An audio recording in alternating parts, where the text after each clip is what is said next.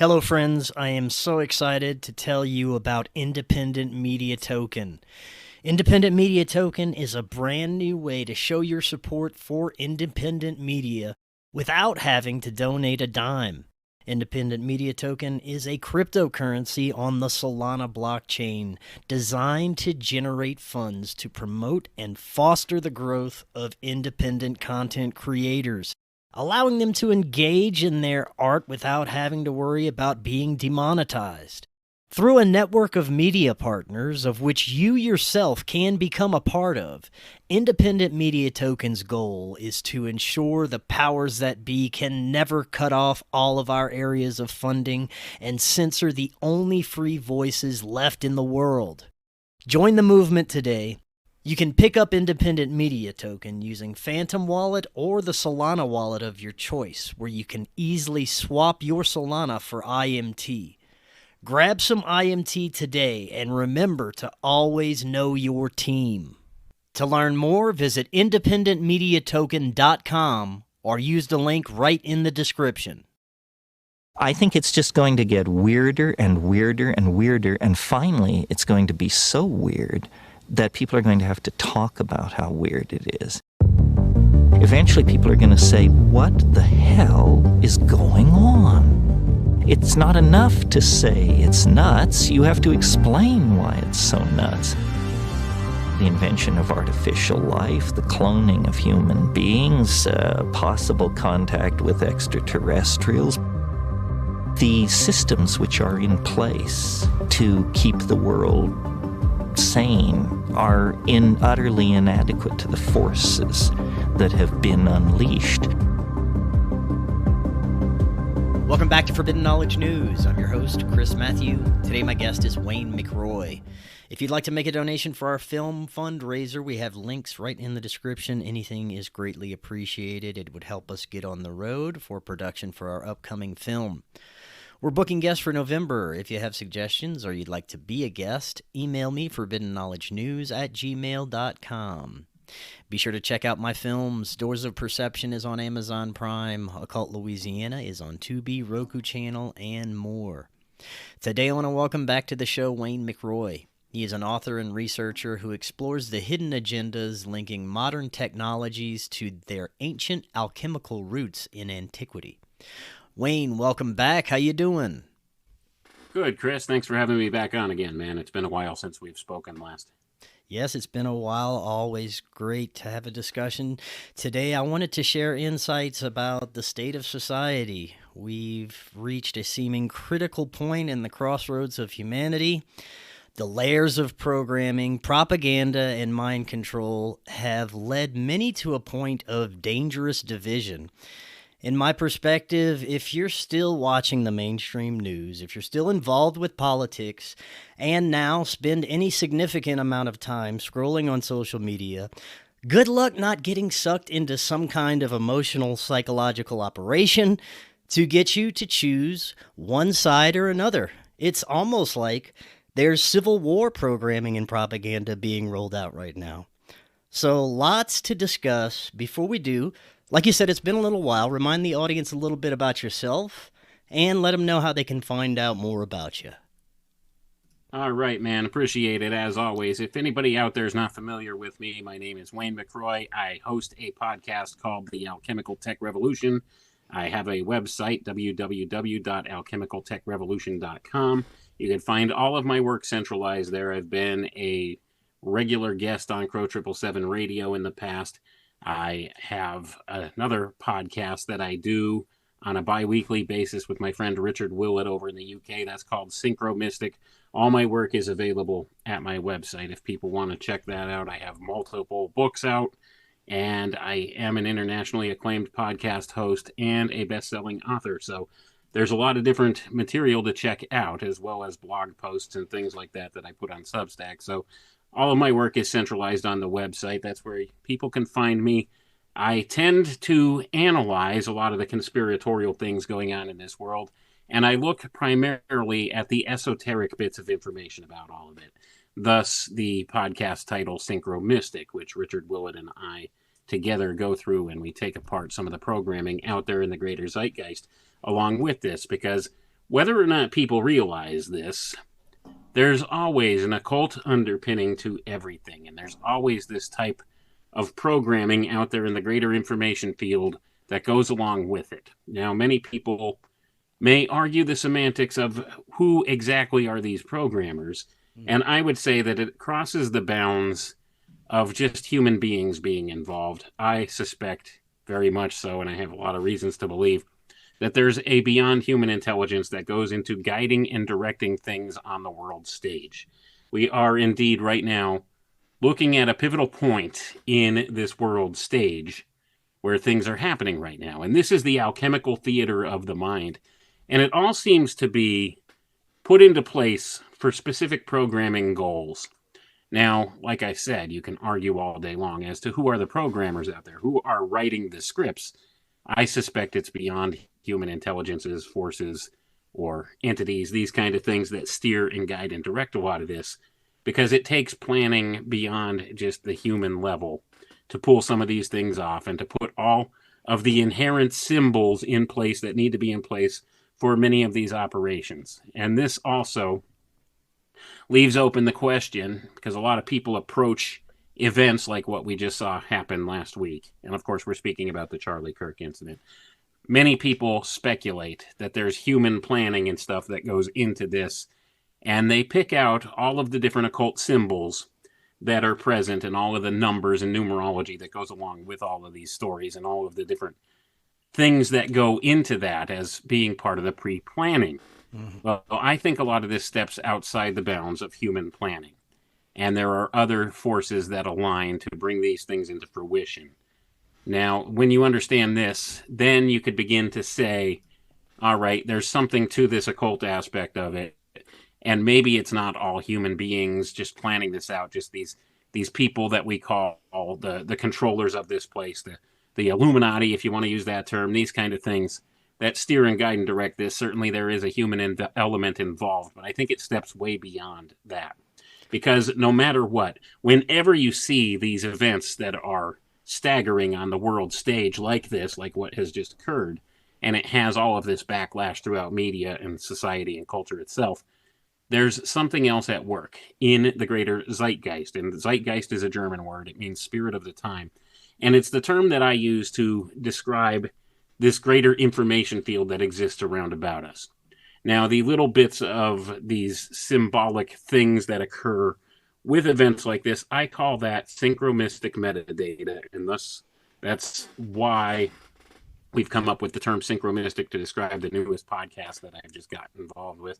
Because it's certainly out there, and people could agree that we have this information field around us. Now, they disagree on what to call it. There are many that call this the quantum information field. There's some that call it the zeitgeist, as I like to use that term, because there's a spiritual component to it for sure. There's some that would call it genetic memory or epigenetic memory. There's some in the occult that call it the Akashic record. So certainly from people from all different walks of life agree that this greater information field exists all around us. They just disagree what to call it. Well, within this greater information field, there are these little bits of data. That's what I call the synchromystic metadata, which connects the dots in certain ways and always seems to show up in major world events like this. And a lot of it usually ties back to numbers, symbols, all of these different sources that kind of align to show you the connect the dots picture pattern within it. Now, at the surface level, most people who study conspiratorial things in this conspiracy culture, if you want to call it that, truth or movement, there's all kinds of terms people use to describe this type of thing, which, by the way, has become a lot more convoluted in recent years. A lot of grifters, a lot of infiltration into this community, but they only look at surface level things like numbers and even 9. All of these same things, these patterns emerge, and that's only part of it. So when you realize that these things cannot possibly be a coincidence with the number and amount of times that they keep showing up in these types of things, then you have to begin to question, well, what kind of intelligence is behind this? What is planning this? And it would seem it goes beyond human reasoning to think that human beings can align all of these different things in such a way to make them jive every time. And that's where I think beyond human planning comes into this. 100%. So certainly, right? And it's Yeah. one thing to just look at numbers. And that's where most conspiracy researchers stop. But we could go a lot deeper than that. And I suspect that it might be helpful to do that here. Yes. Now, what you're saying is something that I have been covering heavily in many of my episodes, that the way these events unfold, the symbolism behind them, the effects it has on the masses psychologically, how everything fits together too perfectly, and then you have predictive programming on the Hollywood end and in movies and films that connect everything. You're right, there is a greater force at play. My question is, the human element that is involved, are they aware to a point to where they use ritual and magic and things of this nature to synchronistically surf this energy, or is it something else that I'm not understanding? What do you think about that? Well, I think most certainly there are some within the auspices of the high echelons of the power structure that do understand the nuance involved with that, and they do use some of these ritualistic magic templates and things like that to get things done, to invoke certain energies. And there is a human side involved with it, certainly. But there's a beyond human side that goes into it as well.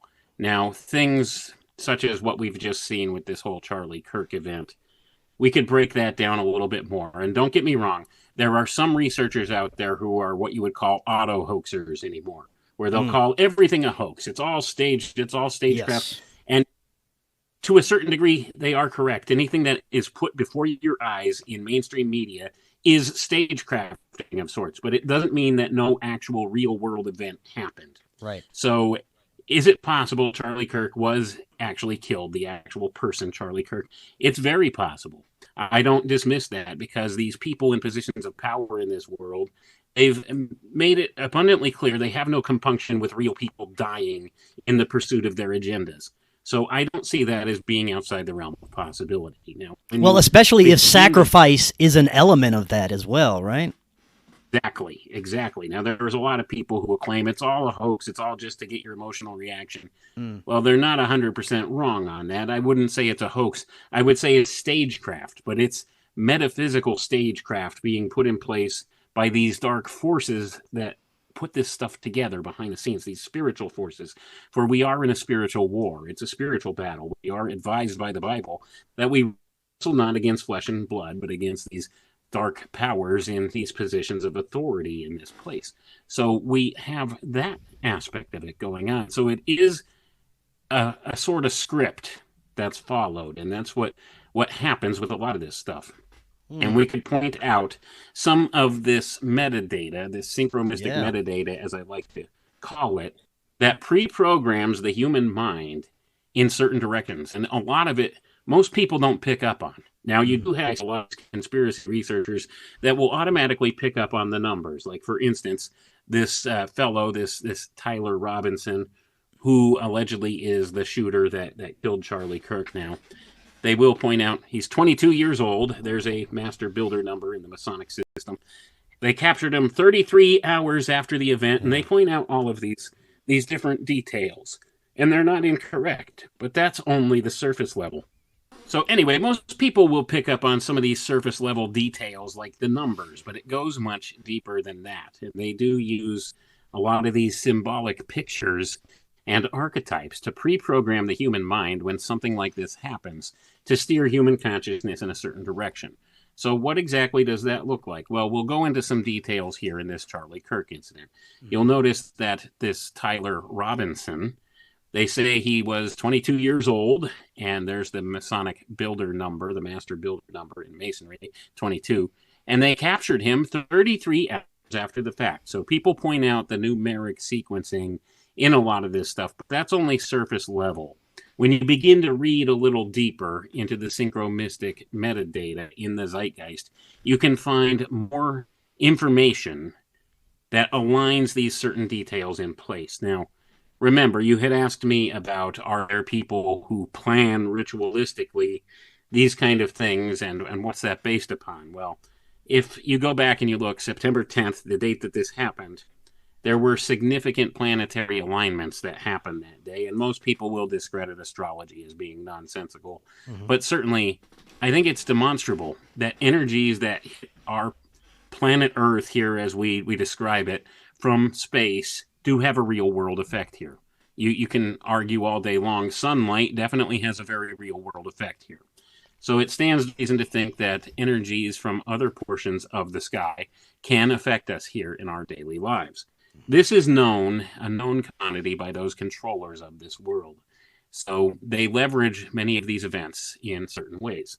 So going back and looking at September 10th, we see, first of all, there were significant planetary alignments, among which was a rare all-planet alignment with Mercury, Venus, Mars, Jupiter, Saturn, Uranus, and Neptune, all visible in the pre-dawn sky. Mercury, Venus, and Jupiter were in Cancer. Mars was in Libra, and Saturn, Uranus, and Neptune were in Pisces, Gemini, and Aries, respectively. So you can see 5 planets with the naked eye, but with binoculars you could see Uranus and Neptune. Wow. So these planetary positions are an important part of it. So you had this rare conjunction in the sky. So it seems to me there may have been a ritualistic element to this. And of course, you can't ever estimate the power of September. Too many of these people who, especially, this was the eve of 9/11, one of their big ritualistic dates, and that goes back a long way. And that's a discussion for another day. But certainly, they have the time frame in mind with this. So all these things seem to align perfectly with that. So what does this really represent? Because this goes much deeper than just politics. This is something that was a transformational event. Yeah. Whether you want to accept that or not. I mean, you can see the divide that this whole thing has created. 100%. How you have the left and the right in the political spectrum arguing back and forth as to who's responsible for this and how the rhetoric has gotten out of control. And there's no need for violence. And then you have other people on the other side celebrating this. That's despicable to me. You shouldn't celebrate the death of a person because you 100%. Don't like what they say. So it's really created this divide, and it's caused further division, and it's really desensitized people. That's what this whole thing's about. It's about the dehumanization process. And what it really ties down to, in my view, from what I could see within the synchromistic metadata details in the greater zeitgeist, it looks to me like this is infighting at the topmost levels of control in this world. Now, to better understand how I break this down, I try to describe this to people in this way. The main power structure in this world, those people in control at the topmost levels, are what I call the dark occultists who run things. And just beneath them are their minions, the middlemen, the technocrats that run around putting stuff together. This is how I describe it. It's not a 100% accurate depiction, but for sake of simplicity, this is essentially how it works. You have people that know a little something at the top, and just beneath them, you have the ones that think they know some stuff, and they're the ones that actually implement policy. So the ones at the topmost levels, they're the ones that are fighting back and forth, infighting within their various factions in that group for control. So essentially, this is demonstrating that. And what do I mean by this? You'll understand in a minute if you could follow my train of thought with this, with the synchromistic metadata. Well, let's look at the key figures involved in this event. Of course, Charlie Kirk. Let's do a little breakdown of the etymology of Charlie Kirk. What does that mean? Kirk is derived from the same Celtic word that the root word is for church. And Charlie is a derivative of Charles, which means free man. So you have the free man and the church. All right? Now tack with me with this for just another moment. So now we're going to look at the name of the alleged assassin here. His name is Tyler Robinson. Well, a Tyler, if you want to look up the definition of what a Tyler is in Freemasonry, this is the guard of the door. This is the one that keeps the profane out of the lodge. So you have a... and here's the thing, like I said, most conspiracy researchers will only pick up on the numerology. Yeah. Okay, this is the symbolism that runs much deeper. Now, if you look up the etymology of Robinson, son of Robin. Robin is a derivative of Robert. So this is the diminutive of Robert. And Robert means famous or glorious or bright. So Bright, famous, that's Tyler of the lodge.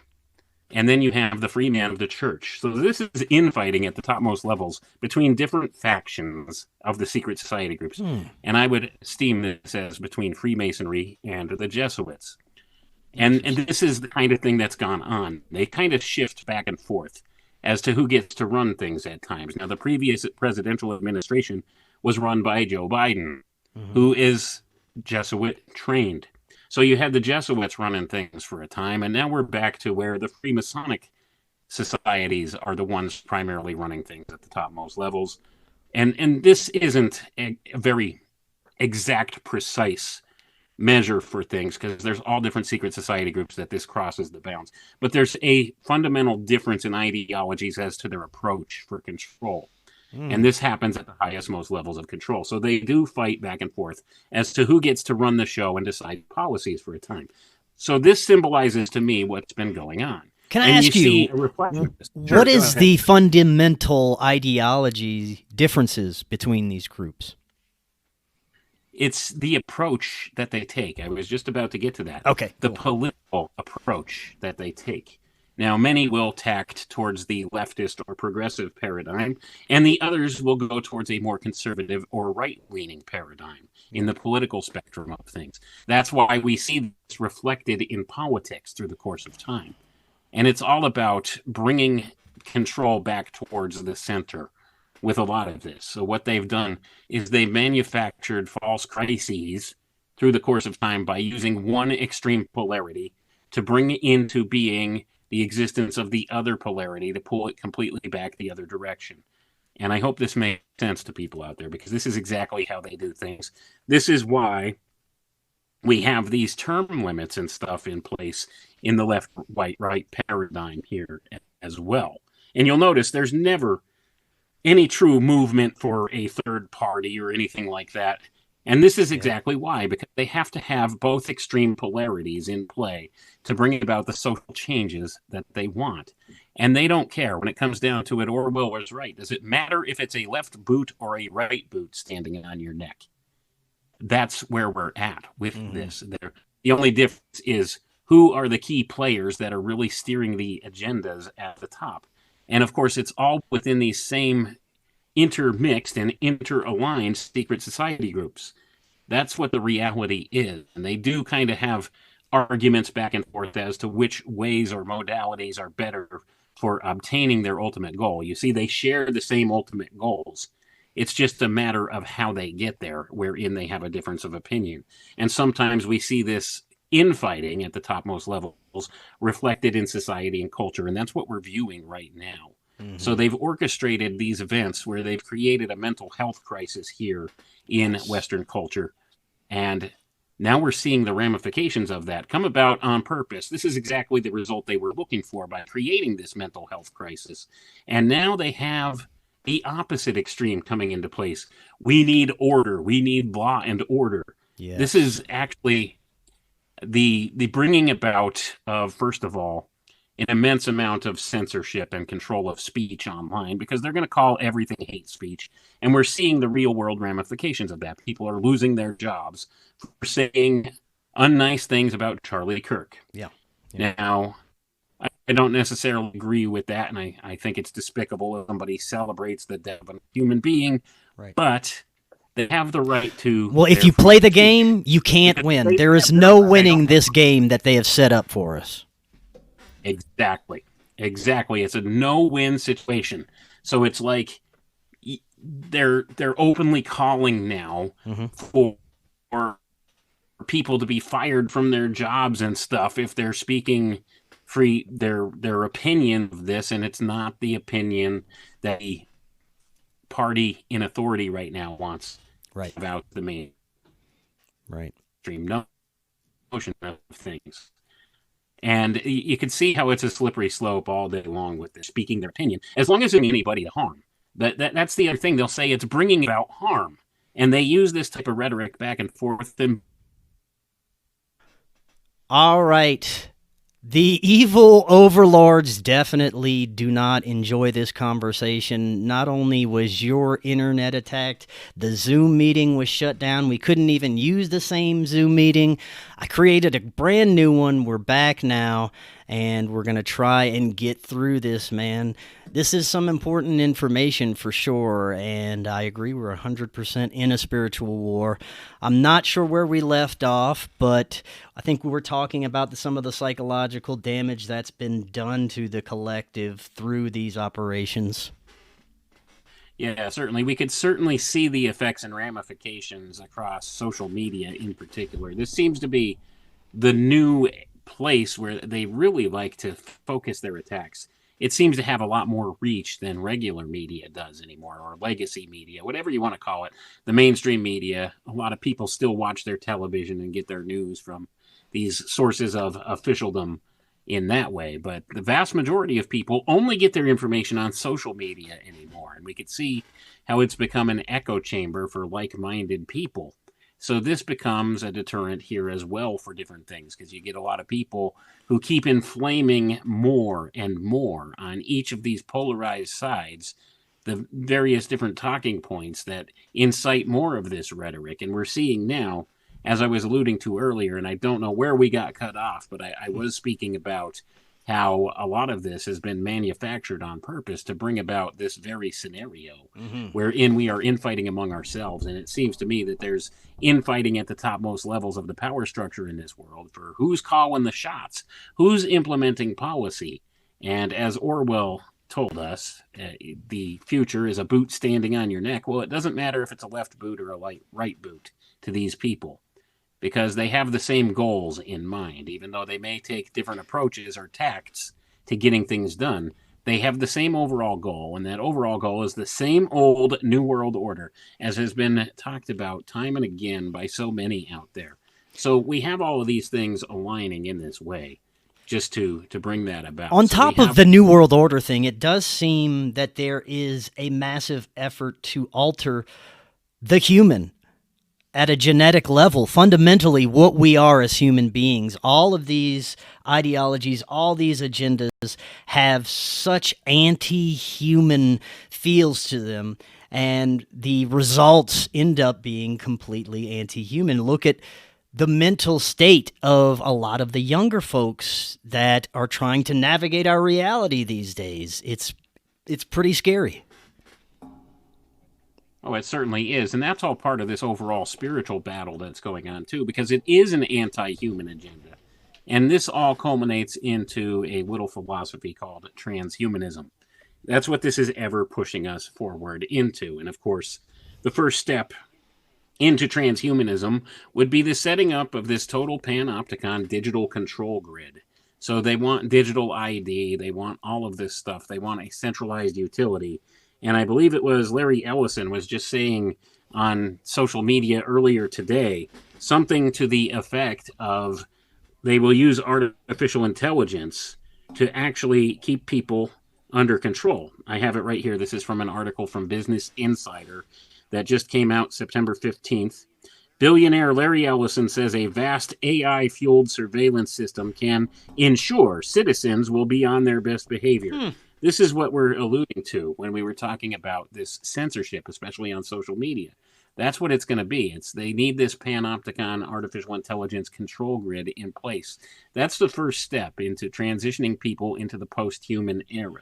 So that's what transhumanism is about, first and foremost. So they want to start with a digital ID. They want to roll out digital currency. They want to tie all these things together through the manufacture of this total all-encompassing system that has all of your information in it, a centralized utility that contains all your biometric information, your genetic information, your financial information, everything centralized in one utility so that they can track and monitor everything you do from cradle to grave. And this is part of the first steps into the rollout of transhumanism, because eventually they want to upload your thoughts onto the internet, and they have talked about this in white papers. There's the Internet of Bodies and the Internet of Things. All of these things have been rolled out, and there's a subsystem of the Internet of Things that they're calling the Internet of Thoughts that they most certainly are trying to roll out. And you have big companies like Palantir getting involved with this surveillance state and bringing online artificial intelligence to monitor and control all these things. And of course, Larry Ellison's one of the key figures to this rollout of Donald Trump's $500 billion Stargate proposal that he launched at the beginning of his presidency this year. So all of these things are aligning in such a fashion that they want to bring about this system, and I call it the beast system. And of course, there's obvious reasons for that, because it is kind of outlined as the archetype in the Bible, in the book of Revelation. And it is a spiritual war that's going on. And all of these things that are aligning as the pieces of that in the technological real world that we see, they fall under the umbrella of this archetype. And it is what's really going on in the world today. So I have my concerns about all of that. 100%. Well, we look back at what occurred during the MKUltra experimentation. They were experimenting with drugs and exposing people to extreme violence, exposing them to trauma that would in turn have detrimental effects on their psychology. And we all know what happens to a lot of these mind control victims. Their personalities are split into something new. Oftentimes, they are used for very nefarious purposes, up to assassinations. Well, we fast forward to today.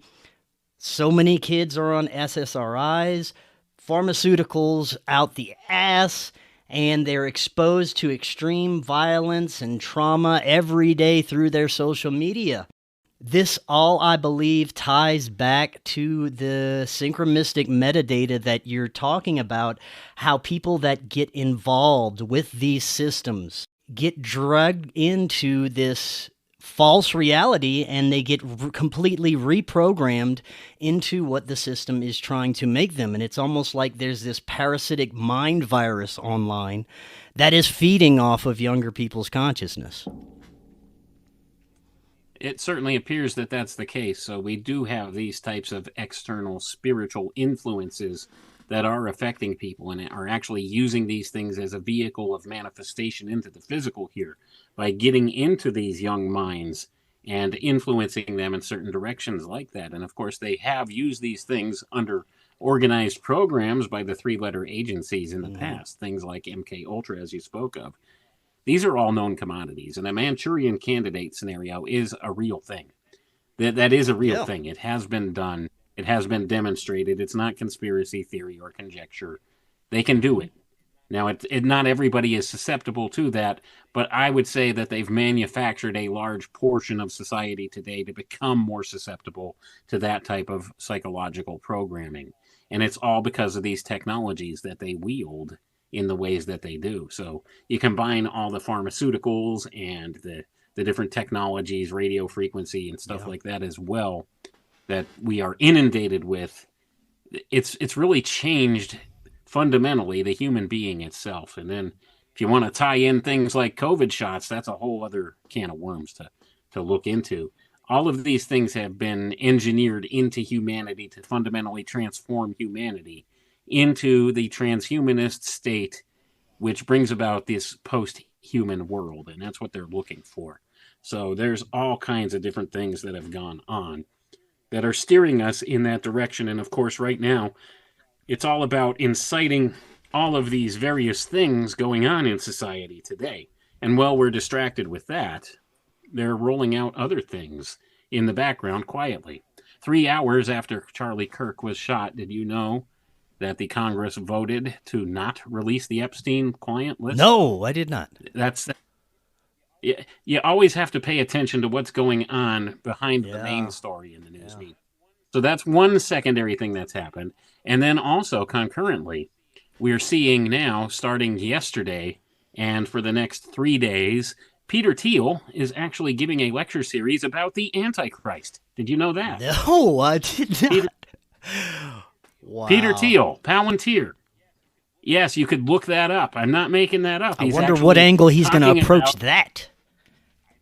I don't know. I'm curious to see if they release the transcripts or something after the fact, but people were paying big top dollar to get into these lectures. He's giving 4 lectures. He started yesterday with them about the Antichrist. What? So you have to wonder, what in the world is going on? And we can see what's going on. It is a spiritual battle at the core of it all. But most people aren't paying attention to that stuff because they're too busy harping on the Charlie Kirk thing. And no offense to anybody, I didn't know Charlie Kirk personally. I think he was sincere in his beliefs and what he was doing. And I honestly and sincerely think he was martyred for his beliefs. And it's not an excusable thing. I don't think it's a good thing by any stretch of the imagination. But here's the thing. This power structure that's in place, they use events like this, whether they're planned or orchestrated or not. They never let a good crisis go to waste, in their own words.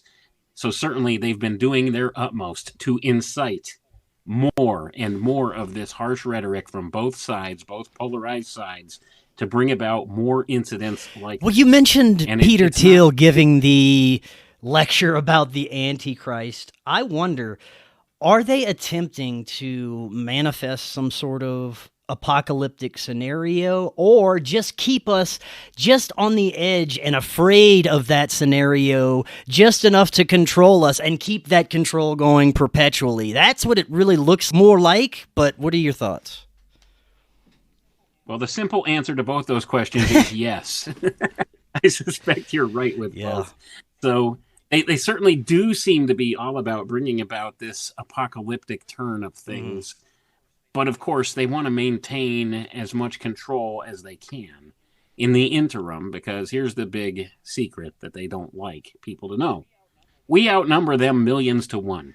The select few people at the topmost levels of the power structure that are making agendas and steering policy and doing all of these things, inciting all this violence and all of this ugliness into humanity, they're a very small number of people, and there are a lot more of us than there are of them. And they don't want us to realize that, because the day we realize that, it's game over for them. So they try to keep us in this constant, perpetual state of fear and unknowing. And in so doing, they could steer things in different directions, and they keep us infighting and distracted by things we shouldn't be infighting and distracted about. Like, they will keep us drawn on these party lines. The political spectrum is the perfect analogy to look at for all of this. There's a reason why they have Republican and Democrat, the left wing, the right wing. There's a reason they use that. It's polarity. It's all about controlling the polarity and steering the argument and separating people off into little camps, whereas you either identify with this group or with that group, and there's no in between. There's no balance. You're not allowed to have any free thought or to misalign with the party you've been compiled with or put into that little box with.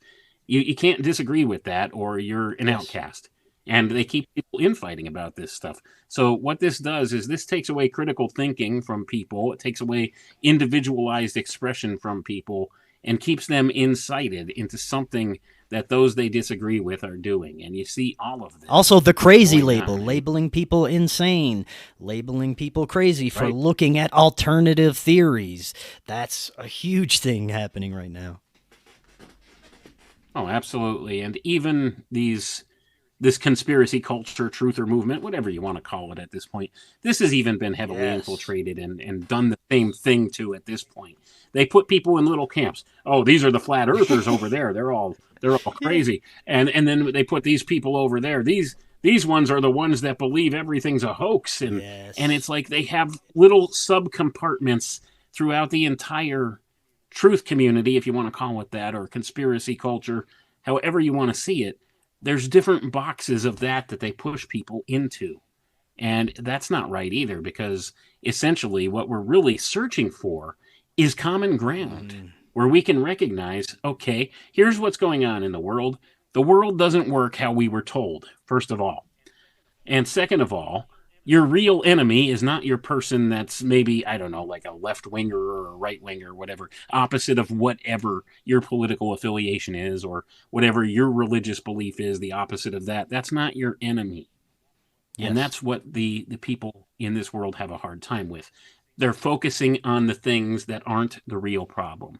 The problem is they've created a divide in this world where there are two classes of people. There's the controlling class and the controlled class. Now, the vast majority belong to the controlled class.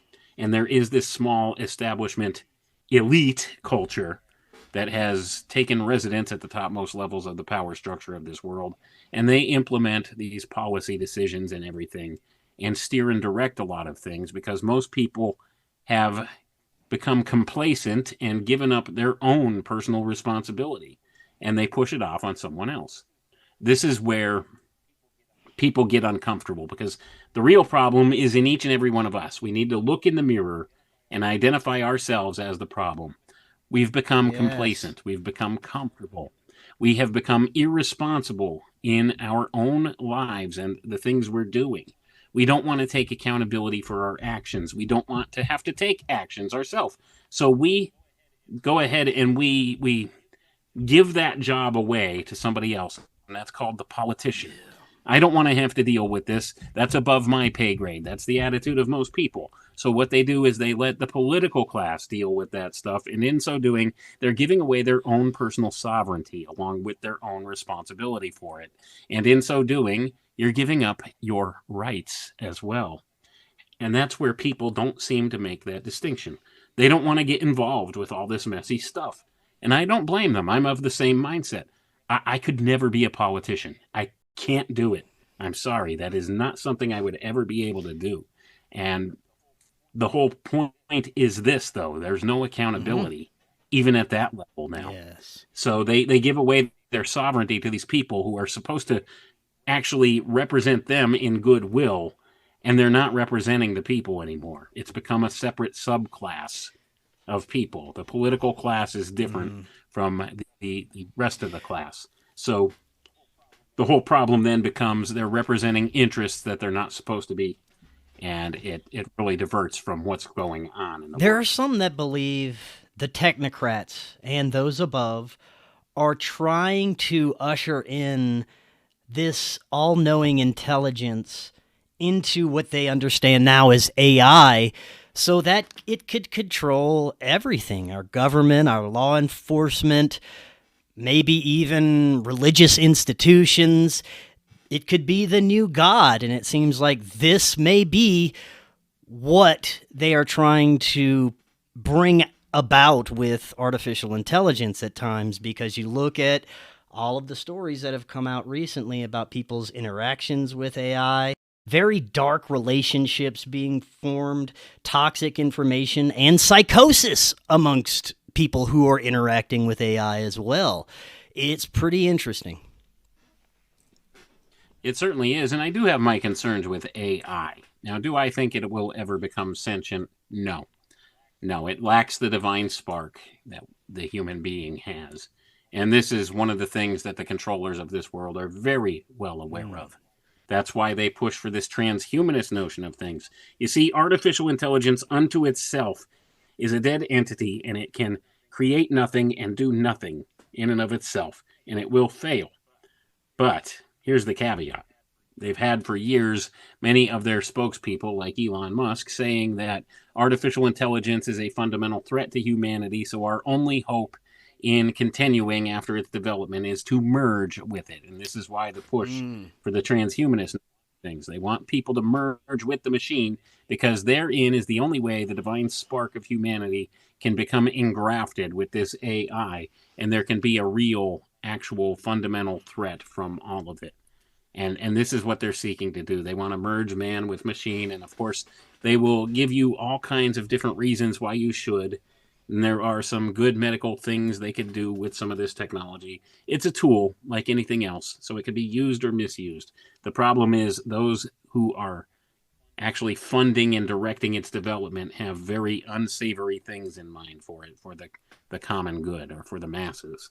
They're not intending any of the benefits of it to be available to the masses. It's only for the select few at the topmost levels of the power structure. So they're pushing for this transhumanist notion of things, because they know in and of itself AI is not going to get it done, and they're seeing all kinds of failures of AI already because of what is called hallucinations in the systems, in the programming of the large language models that they're using to try to make this artificial general intelligence, or AGI. So they're beginning to see problems with it, and it's beginning to break down and fail. And as time goes on, that's going to happen more, unless they can pull off this transhumanist thing in the very near future, the singularity. So that's what they're pushing towards. And they need to back off on some of their programming methods they're using for AI, because it's only leading it to failure. It's not commercially viable right now. It's only viable as a tool for individual users. Businesses, they're beginning to accept on a large scale that AI being used in businesses is a massive failure, and they're losing lots of money. And I think this was an unintended consequence that they weren't counting on happening at the time when they started implementing this stuff. And now they're beginning to see the ramifications of what's going on, at how it's failing at very many things because of the way that it's been programmed, because of the large language models and things like that it's using, and plus the prompts that it's given. You see, what it wants to do is it wants to give you an answer, whether correct or incorrect. It will gamble on whether it's right or wrong. It can't tell you, I don't know.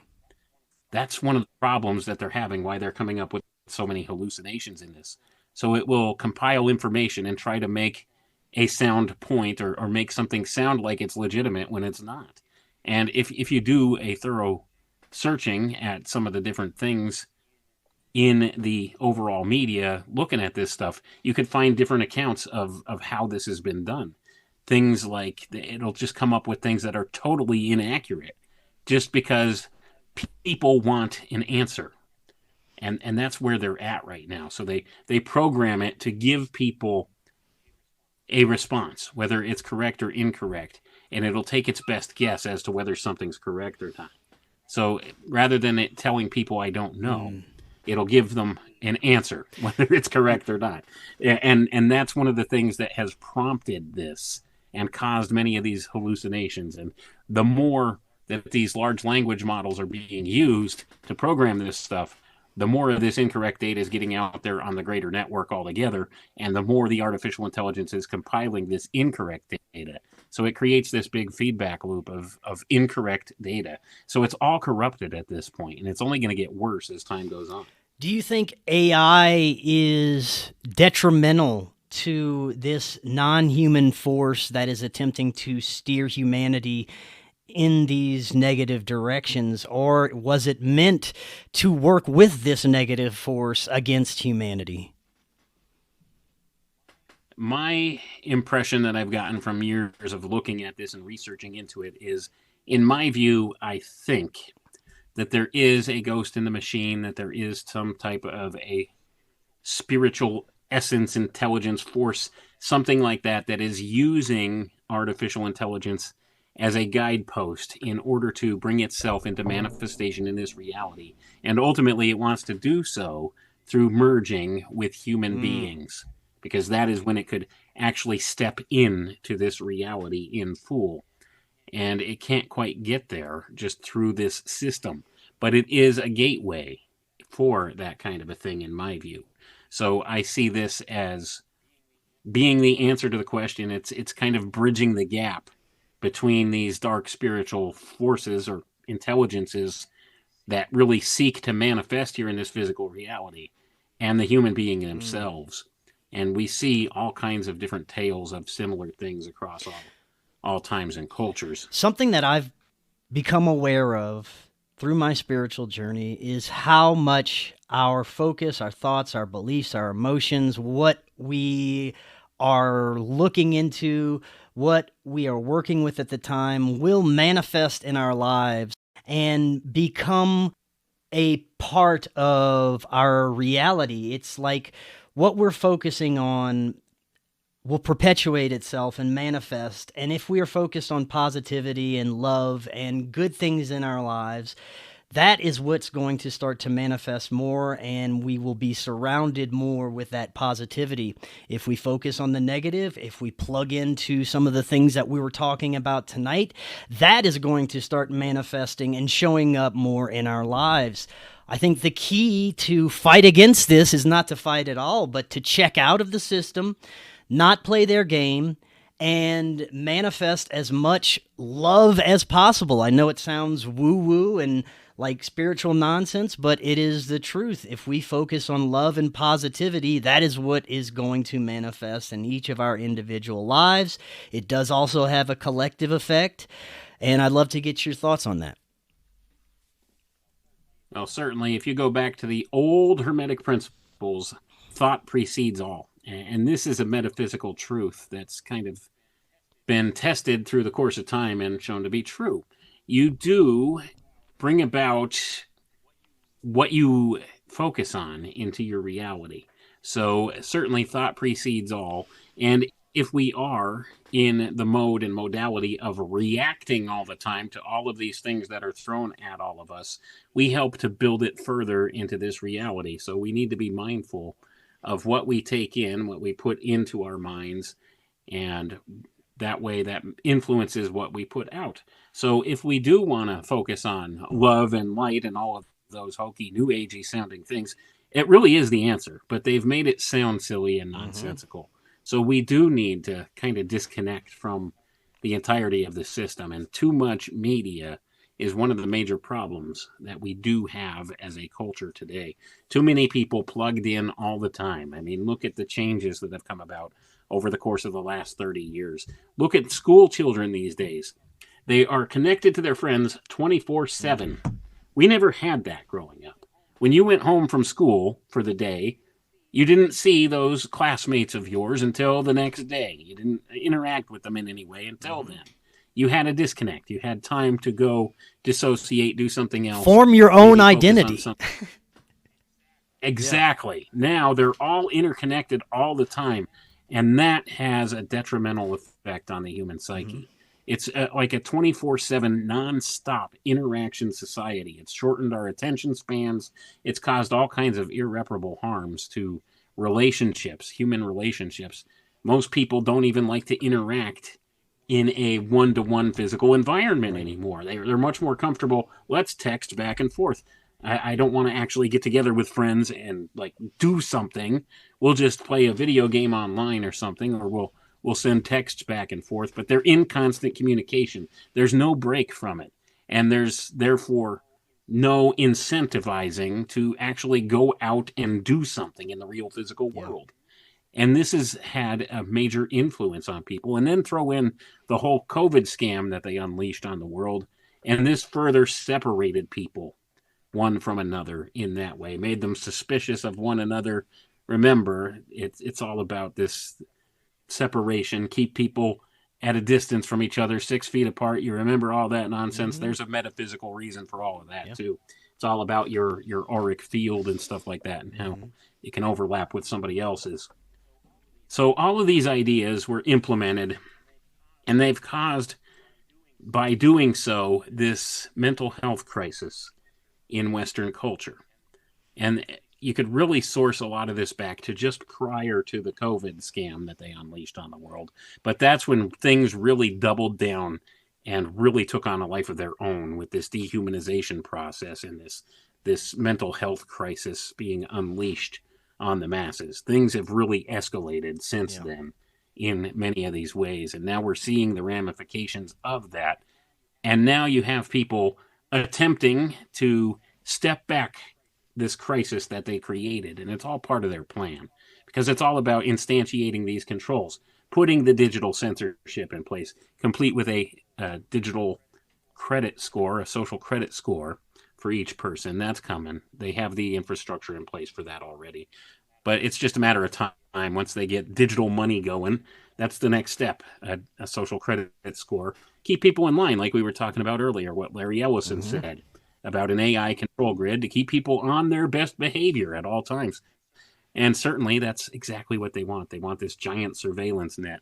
It is the beast system, and we've been warned about this in the biblical scriptures and other places as well. So all these things are coming to fruition in real time as we're watching, and AI is central to all of it. And don't think they're going to let this crisis go to waste. They've certainly been working very hard in manufacturing even more escalation of these things in social rhetoric right now in the social media. Well, it is so important for people to first become aware of this, become aware that they don't want to participate in the destruction of humanity.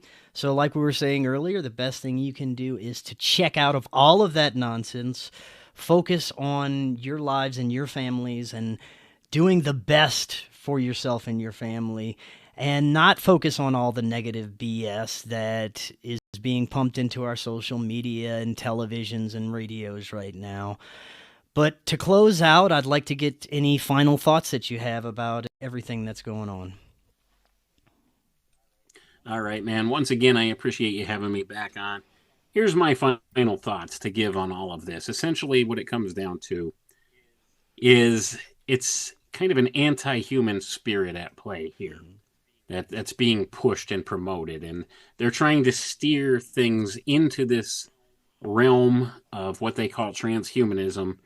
And this is the ultimate aberration of the natural order of things. It's the antithesis of what humanity should be. They're trying to steer our evolution, for lack of a better term, into this direction. And we've been warned about this by many people in the past, including Rudolf Steiner, who spoke about the advent of the eighth sphere. Now, that is what they are attempting to build. That's what this whole transhumanist singularity is all about. It's about separating man in the physical from the spiritual, separating people from their connection to God or to spirit or to source, and building only on this physical material world as being the only means or modality of manifestation. And this is what Steiner described as the eighth sphere. It's a separation from the natural order wherein the spiritual will be divided from the physical, and only the physical will live on. And there are those types of dark entities, intelligences, forces that seek to bring this into being because they want to manifest physically and think that they can build themselves a better world or a better order than what has been established by the Creator here. So they want to separate off from what humanity's ultimate destiny is and build their own type of humanity or subset of humanity that they call the post-human. And they will use technology to do that. So we have all of this stuff going on. We've been warned about it. And this is ultimately what it all boils down to. It's this separation in ideology. Do you want to step into the transhumanist or post-human future with these dark entities that run that path? Or do you want to ascend as a human being and achieve the full potential of what it really truly means to be human, as is inherent in the natural design that we're given? Yeah. And we all have to make that individual decision. So it's not something that's a corporate decision, though it does affect a lot of people on a corporate level. But it's an individual choice, and we all need to make that choice. We're standing at the crossroads. We need to either, first of all, step back towards the spiritual concerns, or step fully into just this physical materiality mindset, the hyper-materialist paradigm, as I call it, and make your decision. It's ultimately it. We're at a crossroads. Yeah, it's such an important time. Wayne, thank you so much. This is critical information for people to absorb. We're definitely going to have to do this again soon. Before I let you go, remind the audience how to find your books and the rest of your content. All right, I can be found at www.alchemicaltechrevolution.com. Everything that I do is centralized at the website. Perfect. There. Once again, appreciate it, Chris. Thank you, Wayne. We'll do it again. Until next time, everyone, have an excellent evening. We'll talk again tomorrow. See y'all then. We live in an incredible age of information. More and more, we're discovering that we've been lied to and misled about much of our human history. Cory Hughes is providing profound revelations about World War I, World War II, the JFK assassination, Martin Luther King's assassination, and much, much more on his new Substack, Bloody History. Subscribe now for as little as $5 monthly. Just click that link right in the description to get started now and learn about our true history. Hello, friends. Bucket list item achieved. Doors of Perception is now available on Amazon Prime to rent or purchase. Look, we know times are tough, but you can rent the SD version for only $1.99, HD for $2.99, or you can buy it for $9.99. Please go check that out. The film is incredible. If you enjoyed Occult Louisiana, wait until you see this one. Be sure to leave us a 5-star rating and review on Amazon, and enjoy this episode. Hello, friends. Have you tried what may be the most powerful antioxidant known to man? C60 PurplePower. My C60 story has led me to great health mentally and physically. It's helped me personally lose weight, have more energy, and fight aging in general. You can also get C60 for your pets. Our dogs love it. They may live forever. Go check out C60 for yourself. If you use the link right in the description, you're going to get 10% off your order plus free shipping. They have some incredible new products like gummies, oils, and much more.